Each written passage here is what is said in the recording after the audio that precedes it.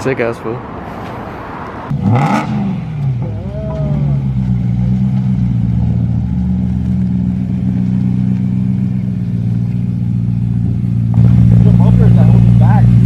And there we go. Secondary cats are removed. I'm gonna let you guys guess it out, but it's gonna be crazy, bro. Like, it was stupid expensive. I'm telling you guys that. I'm back on my camera, so Axel's finishing up the front. He probably just has to trim and could do a little bit in the right there. All right, I woke up a little bit late, but I'm confident we're gonna finish this car tonight.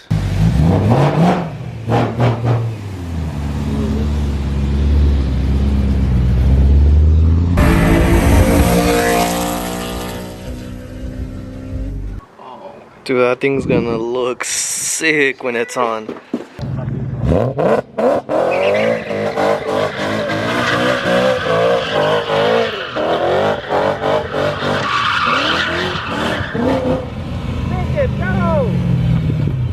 Eh, not bad way. And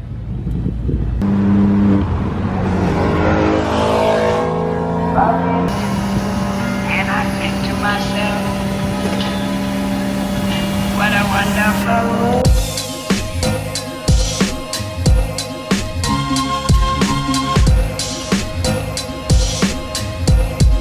What a wonderful world.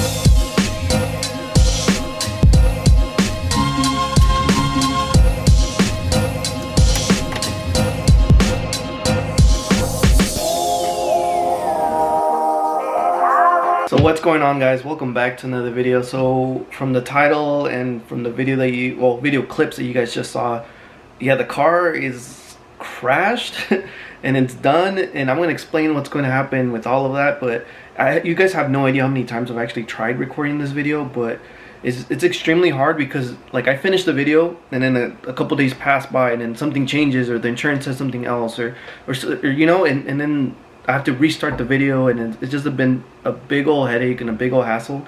So I'm gonna be showing you clips of what's been going on this past month or so with the car and everything like that. It's been pretty crazy. I still remember that night. So let me bring it back a little bit. That night where the accident happened, I physically wasn't there. I showed up about 30 minutes later after the crash and everything like that.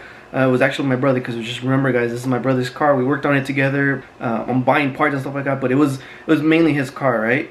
We're just kind of building it together on the channel, that way you guys can see it. But the weird thing is, usually I go out with them to car meets and car events and stuff like that, obviously to record and just have a good time with people. But that night I was just like, you know what, I'm gonna catch up on work. I'm not even gonna go out tonight. He went out with a couple of his homies, and then, sorry, I'm not trying to make this like super long, but basically I was done with my work. It was probably like 11ish, maybe, if I remember correctly. It was somewhere around, it was kind of late. I text him, I'm like, hey, can you bring me a soda when you come back? And then he calls me, like, literally like a couple seconds later. He calls me, and then I pick up the phone, but the weird thing is, like, he didn't say anything. I was like hello, like, you know. He didn't say anything. He just says, I fucked up. And I was like, what? Like, my heart dropped, guys. Like I didn't know, like, what he meant. Like, you know, like there were so many things going through my head. Like, I was like, what are you talking about? Like, what do you mean? And then we talked about it and stuff like that. He's like, oh yeah, like I said, I wasn't physically there. From what I understand is, it was the end of the night, people were going home and stuff like that, so him and his homie started rolling out. He was coming down the road, but he doesn't understand what went wrong, like, till this day. Like, he's completely shocked, and I'm shocked too, because I've been in the driver's seat.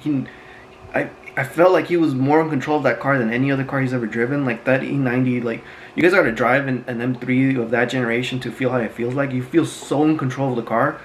But things happen.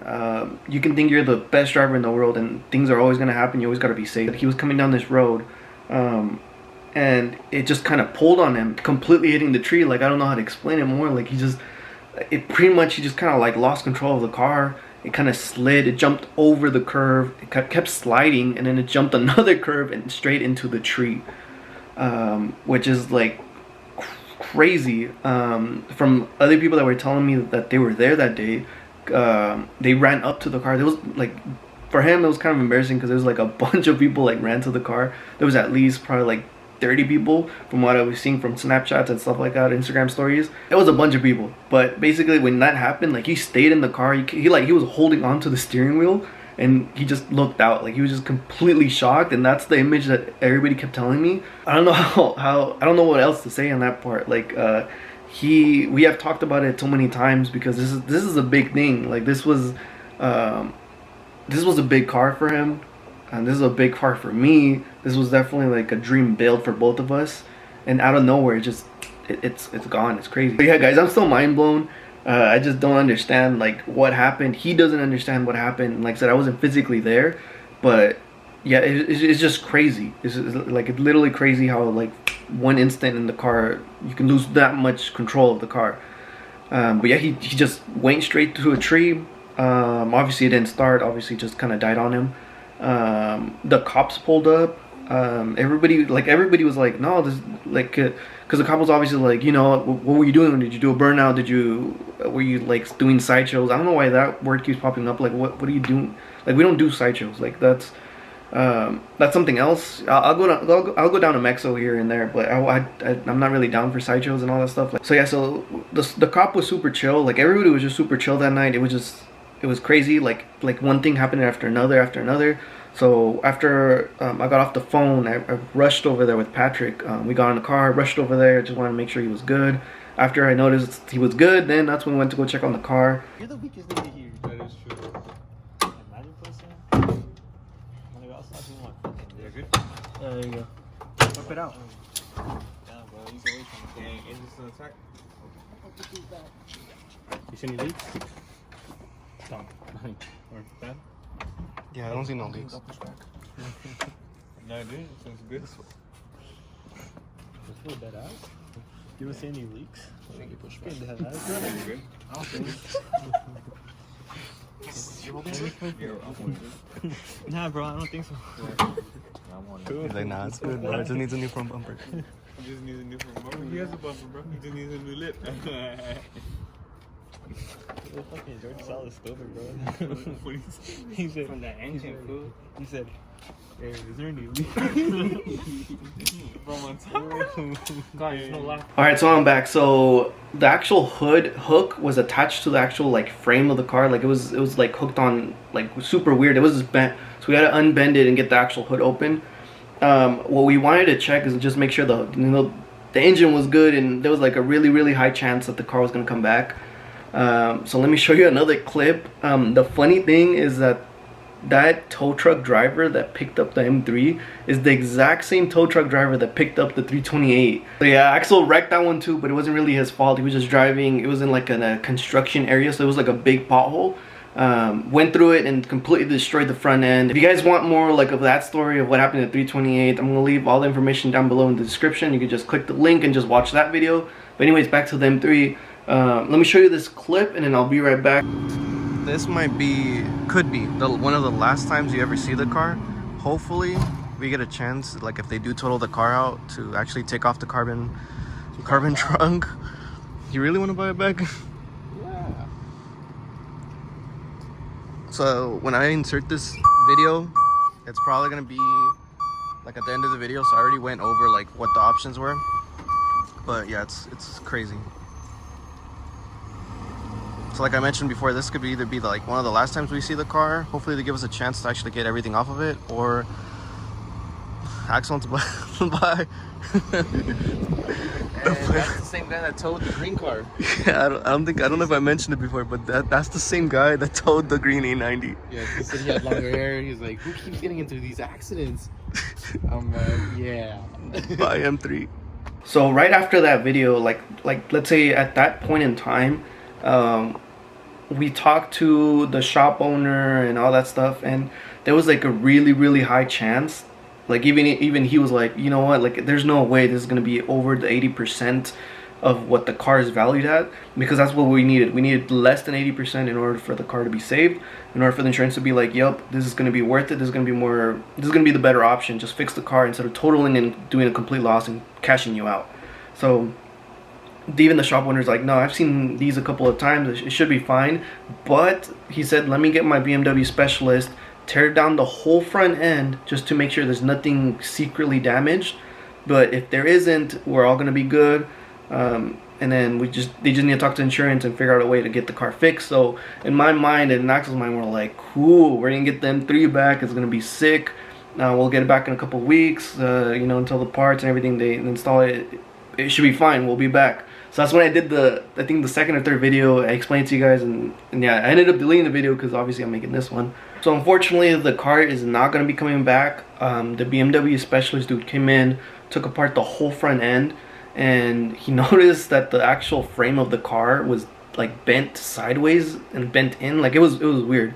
And the hoses were just shattered. The suspension was messed up. Like it was a lot. He wasn't even done tearing it up. He was planning on tearing down a little bit more to see exactly how much more damage he could see. But from all the parts that were added up, we were already like around 22,000. And the car's value was somewhere around 28.